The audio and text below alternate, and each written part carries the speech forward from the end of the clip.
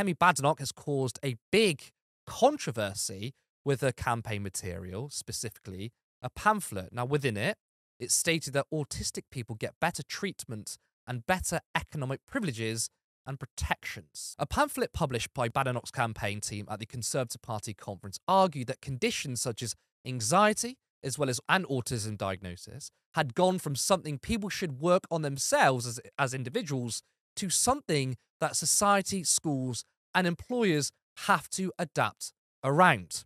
The 36-page essay titled Conservatism in Crisis claims to identify factors holding back economic growth. It was not written solely by Badenoch, but it features her campaign branding throughout, and she promoted it at conference fringe events. Now, this is really quite astonishing. I mean, I think the most disgraceful part is the suggestion that those with anxiety and autism should work on themselves rather than society stepping in and helping. Now, autism is not a mental health issue, it is a disability. You can't work on yourself in terms of autism, whatever that means. I mean, I feel like that's a dog whistle to tell people to mask better, which those who have autism, they mask it every single day. It's very draining. Now, with anxiety, the idea that people aren't trying to individually improve their mental health is absurd. People try their best to improve their own mental health. But once again, the suggestion is that society has stepped in too much. Helena, it's some really disgusting campaign material. I don't think there's a flaw in how low the Conservatives will go. And it seems like the individualism narrative has become so pervasive that they're even using it to attack people with mental health and disabilities.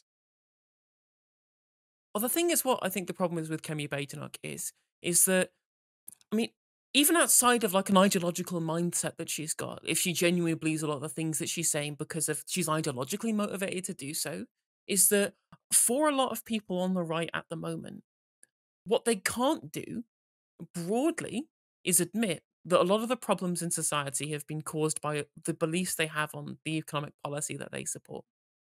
So, for example, in Kemi's Renewal 2030 document, she seemed to claim that a bunch of these kind of cultural changes that we live in, for example, were the had led to economic decline. Like she tried to blame gay marriage for economic decline, all these different kind of cultural changes over the past 50 years, for example.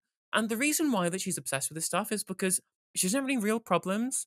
This is what I noticed from the Reform UK conference as well, because they're all obsessed with the culture war too. They're all obsessed with trying to demonize certain minority groups or try and pin the blame for some other things, for example, on a particular minority group rather than looking at the economic system.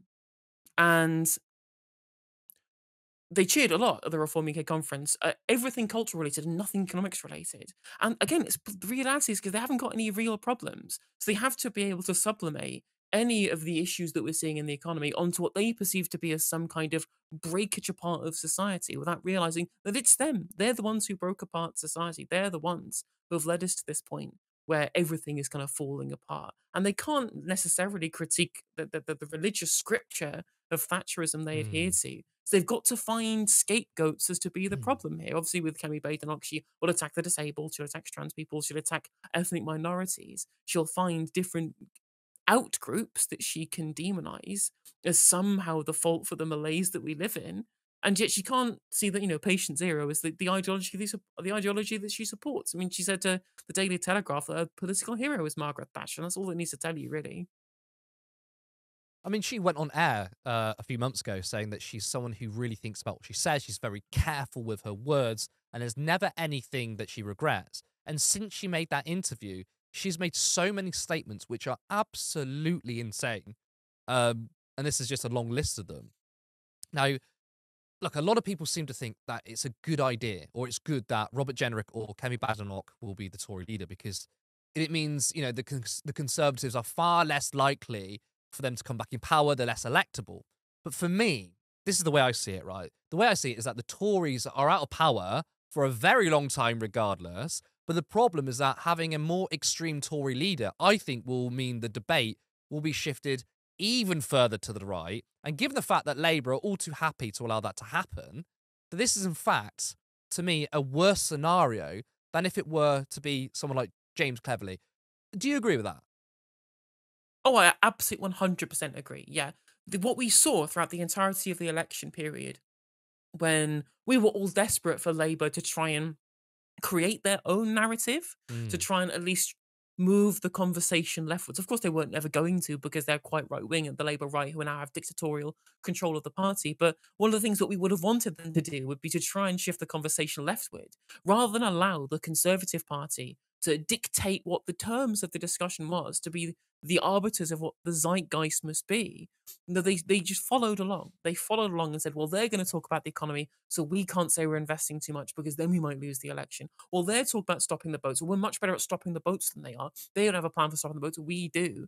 Rather than saying, well, actually, no, let's stop talking about the boats because that's irrelevant. What we need to talk about is the National Health Service and how we're going to deal with the cost of living crisis. They didn't really touch as much on the cost of living crisis as they should. And, even Penny Mordaunt said more about the cost of living crisis during the election campaign than Labour did, by trying to cut people's taxes. Not that I was ever going to do anything to mm, be able to help people with the cost of living crisis, but Labour never tried to attack that. And so what's going to happen? Because Labour refused to try and set any kind of narrative themselves, and happy to be led by the framing of the right wing media, by the framing of right wing political figures, whether it is from the right, the kind of hard right, the Tories like Kemi or Jenrick, or from the far right, like people like Farage and Tice. They'll happily ape their language if they think it's electorally viable, without even bothering to try and differentiate themselves, rather than looking like the better Tory. Looking, because they've accepted that the narrative is that, well, the Conservatives are the adults in the room, therefore we need to follow what they say, but prove that we're better at doing. We're more efficient neoliberals,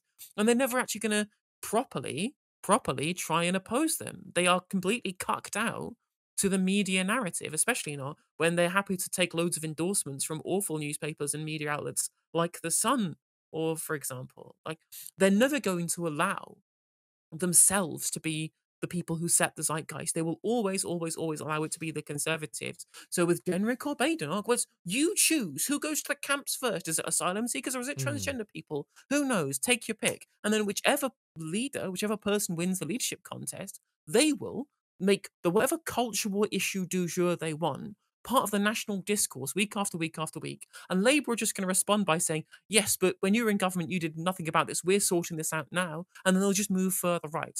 I mean, I guess what that does mean is there'll be a space opening up on the left to challenge them on genuinely progressive issues. But if we don't have the platform to be able to have our message be heard by people, all they're going to hear is this awful echo chamber right wing nonsense coming from the Starmer's Labour Party and Badenoch or Jenrick's Conservative Party. And that sounds very grim to me. Support independent media, support social justice that's there on social media. Thank you. Turn left.